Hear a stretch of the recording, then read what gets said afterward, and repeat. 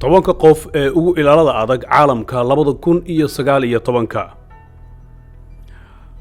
afduubka isku dayga dil iyo beegsiga ayaa ku soo badanaya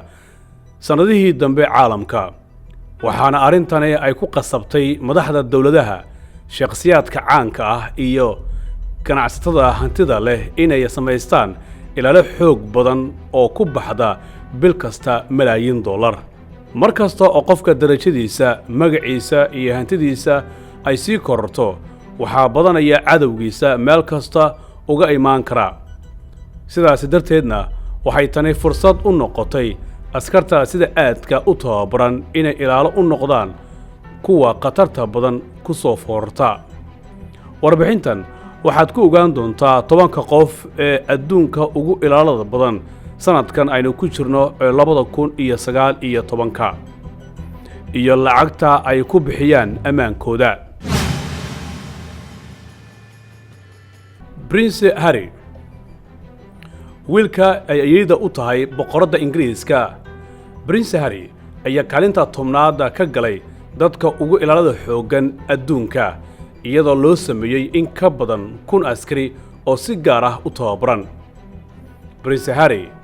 oo 35 jir ah ayaa sidoo kale ah ninka lixaad ee leh dhaxalka boqortooyada Ingiriiska isaga iyo xaaskiisa Meghan Markle iyo wiil u dhashay bishii May ee sanadkan 2019 waxay degan yihiin guri aad u ballaaran oo u jira London meel loo socdo 45 daqiiqo ciidamada ayaa 24 saac ilaaliya ammaanka qofka Prince Harry ciidamada ayaa 4 saac ilaaliya ammaanka Prince Harry oo ku nool guri lagu iibiyay 654 milyan oo dollar kaasoo darbiyadiisa lagu xiray kaamirooyin sidoo kale nawaaxigiisa laga mamnuucay inay diyaaradaha remote-ka laga hago ee drone-ka inay ku duulaan Bill Gates ninkan waa hal abuure guul ka gaaray nolosha waxa uu muddo dheer ku jiray ninka koowaad ee ugu lacagta badan caalamka waxaana uu leeyahay shirkadda Microsoft Bill Gates waxa uu ku dhashay sanadkii 1955 magaalada Washington waa 64 jir waxa hantida uu leeyahay lagu qiyaasaa in ka badan 105 bilyan oo dollar waa dhaqaaliyahan qoraa ka baxay jaamacadda ugu sumcadda badan adduunka ee Harvard University sanadkii 1975 bishii February 1998 Bill Gates waxaa lagu weeraray magaalada Brussels ee caasimadda dalka Belgiumka iyadoo khatar la geliyay noloshiisa kadib weerarkan Bill Gates ayaa dhistay xafiis bulletproof ah oo aan xabadu karin waxaana sidoo kale loo sameeyay ciidamo u gaar ah shaqaalihiisa iyo shakhsiyaadka doonaya inay la kulmaan Bill Gates ayaa lagu sameeyaa baaritaan ka hor inta aysan u gudbin xafiiskiisa waxay arintani timid kadib markii hanjabaado dil ah loo diray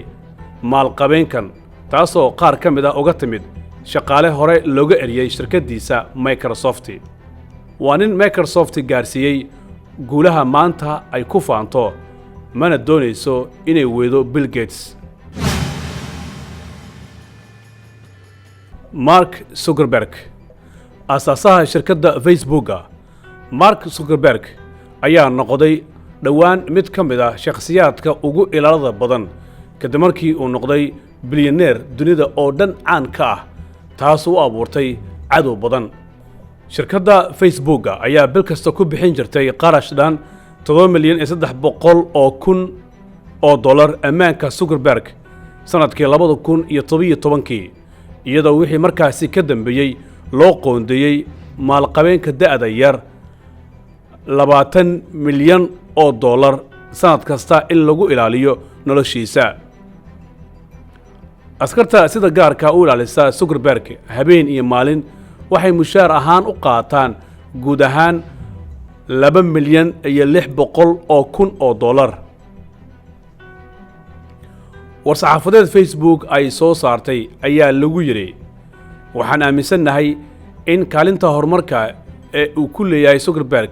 shirkadiisa ay tahay mid aan cidna buuxin karin, wuxuuna u dhigmaa magaca shirkadda, waxaana taasi keentay in cadaawadda loo hayo shirkadda si toos ah isaga loo bartilmaameedsado. ilaaladiisa ayaa rag loo soo xushay awood jireed iyo mid maskaxeed oo lagu aaminay Zuckerberg noloshiisa, kuwaasoo guriga, goobta shaqo iyo safaradaba aan ka daba harin si ay cadowga uga ilaaliyaan. xitaa waxay kooxdiisa ilaalada ammaanka ay u raacaan jimicsiga iyagoo uga hormara halka uu doonayo inuu tago oo uu sii xaqiijiya goobta nabadgelyadeeda. waxaa taasi u sii dheer inay jiraan sidoo kale dhaqaatiir gaar ah oo shirkadda Facebook u samaysay Zuckerberg, kuwaasoo xitaa baara gacmihiisa xilliga uu isticmaalayo qalab casri ah ee aqoonsiga faraha ku shaqeeya. Mark Zuckerberg waxa uu wataa kolonyo gaadiid ah oo marka uu ku socdaalayo wadooyinka lagala socdo dusha sare.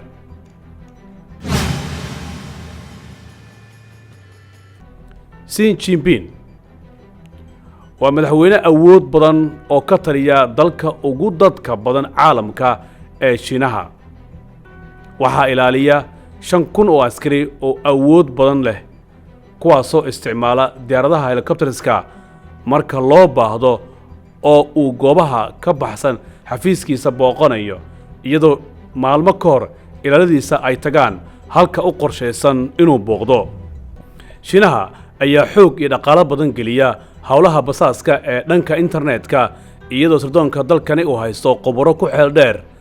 ka hortagga weerarada internetka ee CIA-da Mareykanka ugu soo qaado kombiyuutarada xogta ugu kaydsan. sida ku cad taariikhda tan iyo 1970-yadii waxaa la isku dayay in la afgambiyo madaxda dalka Shiinaha, iyadoo ay qorshahana maleegayeen dalal dibadda ah oo Mareykanku uu qayb ka yahay oo adeegsanaya saraakiisha ciidamada dalkaasi, balse laga hortagayay sababtoo ah taageerada shacabka ee hogaamiyaashooda. taliska dhexe ee sirdoonka Shiinaha ayaa lagu sameeyay isbeddel, waxaana dadka ku biiraya ee loo qoro looga baahan yahay in ugu yaraan qofka uu ka soo baxay dugsiga sare, waxaana tani laga dhaxlay casharro laga bartay taariikho hor leh xilligii qayb ka mid ah shacabka Shiinaha ay ahaayeen dad aan wax baran. kadib markii la xiray 4 sarkaal oo mucaarad ahaa sanadkii 1981,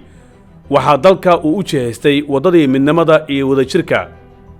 waxaana dhashay kacaan cusub oo ilaa hadda dalka Shiinaha lagu hogaaminayo. Mohammed bin Salman waa ninka leh dhaxalka boqortooyada Sacuudiga, waxaana lagu tilmaamaa inuu yahay qofka daha gadaashiisa ka maamula aabihiisa boqor Salman oo hadda noqday gabal sii dhacaya. Mohammed bin Salman waxa uu ku faanaa awoodda dhaqaale iyo midda military ee dalkiisa Sacuudiga, waxaana uu hadda noqday mid ka mid ah shakhsiyaadka dunida ugu saameynta badan. xubnaha qoyskiisa waxay safka hore ay kaga jiraan dadka adduunka ugu lacagta badan, waxayna gacanta ku hayaan shirkadda Aramco ee saliidda ee dalka Sacuudiga uu soo saaro maamusha. Mohammed bin Salman oo sidoo kale loogu magac daray MBS ayaa lagu eedeeyay inuu ka dambeeyay dalkii wariye Jamaal Khashoggi bishii Oktoobar sanadkii hore ee 2018, taasoo Sacuudiga u soo jiiday ceeb iyo cambaareen caalami ah. tan iyo markii uu la wareegay awoodda, Mohammed bin Salman ayaa yeeshay cadow dibadda ah, isagoo tan iyo 2017 uu xoojinayay awoodda ciidan ee Sacuudiga oo ay Iiraan isku hayaan gobolka Bariga Dhexe. Mohammed bin Salman waxa uu leeyahay ilaalo ciidan oo lagu qiyaaso 1,000 askari, iyadoo sidoo kalena loo sameeyay khubaro dhanka internetka ka ilaaliya, maadaama uu hayo xogta Sacuudiga oo dhan. waxa uu MBS xiriir dhow la leeyahay Mareykanka, isagoo 2 sano ee la soo dhaafayna ku bixiyay $20 bilyan xoojinta tayada ciidanka dalkiisa oo uu soo iibiyey hub casri ah iyo habka difaaca gantalada si loo adkeeyo ammaanka hawada waddanka Sacuudiga. Queen Elizabeth waa boqoradda dalka Ingiriiska, waa haweeney da'deeda kor u dhaafayso 93 sano, waxaana xukunka boqortooyada ay soo haysay muddo aad u dheer iyadoo dhaxal sugayaasha uu dulqaadka sugidda taajka uu ka sii dhammaanayo. Queen Elizabeth waxay si joogta ula falgashaa dadweynaha waddanka Ingiriiska oo xilli kasta waxaa lagu arkaa fagaarooyinka, waxayna arrintani su'aal dul dhigtay ammaankeeda maadaama dunida xilligani aan ku noolnahay ay ku badan yihiin kooxaha dilalka shirqoolka ah ku shaqaysta. Qoyska reer boqor waxa uu u leeyahay Ingiriiska mudnaan gaar ah, sidaas darteedna ammaankooda aad ayaa loo sugaa. xitaa wiilka uu dhalay boqor William ee lagu magacaabo Prince George waxa uu leeyahay ilaalo gaar ah marka uu aadayo iskuulka. Bob wadaadka ugu sareeya madhabta Katoliga ee Bob Francis waxa ilaaliya ciidamada loo ekeysiyay sida kooxaha Bambeyda ee madaxda soo dhaweeya, kuwaasoo kaga sii hormara goobaha uu tagayo. kooxdani loo igmaday ilaalada baadiriyaasha Vaticanka waxaa la aasaasay sanadkii 1506 xilligii uu xukunka hayay baadari la oran jiray Bob Julius.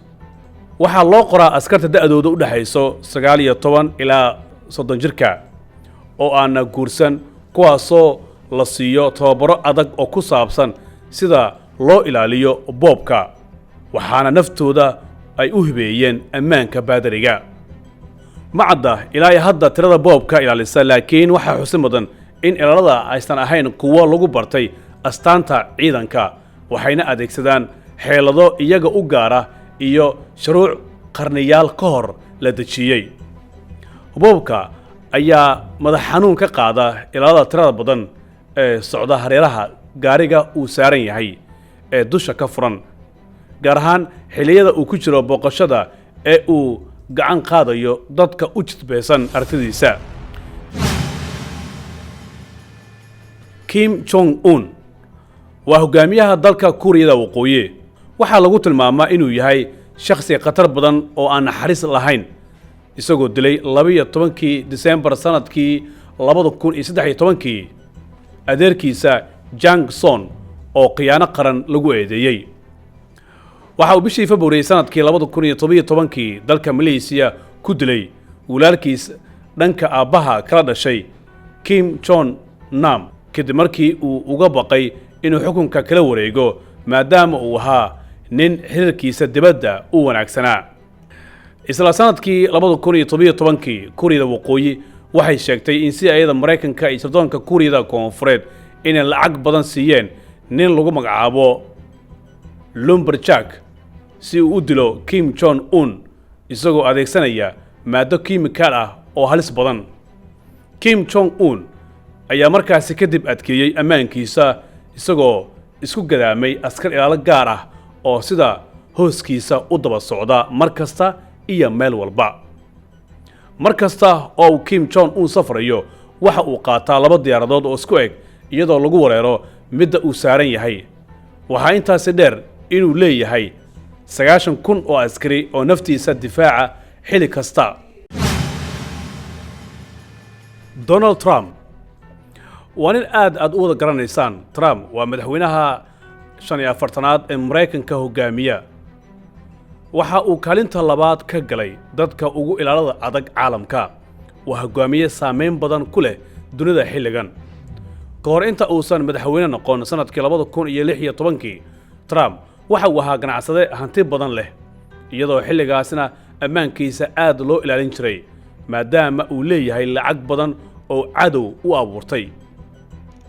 inkastoo uu raacayo sharciga u degsan dalka Mareykanka oo lagu ilaalin jiray madaxdii ka horeysay isaga, haddana Trump waxaa loo sameeyey 1,000 askari oo awood badan oo ilaaliya, kuwaasoo ay ka mid yihiin ciidamada xaaladaha degdega ka jawaaba ee Navy SEAL iyo kuwa u tababaran inay ka hortagaan weerarada hubka wax gumaada iyo kan kiimikada ka samaysan. waxaa intaasi u dheer Trump inuu isticmaalo diyaaradda Air Force One oo ah diyaaradda ugu ammaanka badan ee lagu qaado madaxweyne caalamka, isagoo sidoo kale mararka qaar uu aadayo goromada ciyaarta golfka qaata diyaarad magaciisa ku qoran oo isaga uu leeyahay oo uu ku iibsaday $150 milyan. waxaa Trump ammaankiisa lagu bixiyaa bishii $16 milyan, iyadoo loo diyaariyey xitaa dhiig lagu shubo haddii uu dhaawacmo iyo gaadiid casri ah oo aan xabadda karin, sidoo kale awoodna u leh inay sheegaan khatarta ku soo foole. Vladimir Putin waa madaxweynaha Ruushka. waxa uu muddo dheer u shaqaynayay sirdoonka waddankaasi ka hor inta uusan qaban xilkan. waxaa la sheegay inuu leeyahay cadow badan, taasoo ku qasabtay inuu samaysto ilaalo adag. Putin waxa uu shaqaalaysiiyey 2 ilaa 3 kun oo ciidamada dharcadka ah oo uga sii hormara goob kasta oo uu tegayo, kuwaasoo ka hortaga shirqool kasta oo madaxweynaha loo dhigo. baabuurta gaashaaman waxa u sii dheer diyaaradaha droniska hawada ka ilaaliya, iyadoo dhinacyadiisana ay socdaan ilaalo gaar ah oo wejiyada dadka akhriya, iyagoo bulshada ka aqoonsada qofka khatarta ku ah Putin dal iyo dibadba. dalka Ruushka waxa uu ka mid yahay meelaha ugu khatarta badan ee ay ka dhacaan dilalka sharqolada ah iyo afduubka, waxaana Putin uu ku nool yahay nolol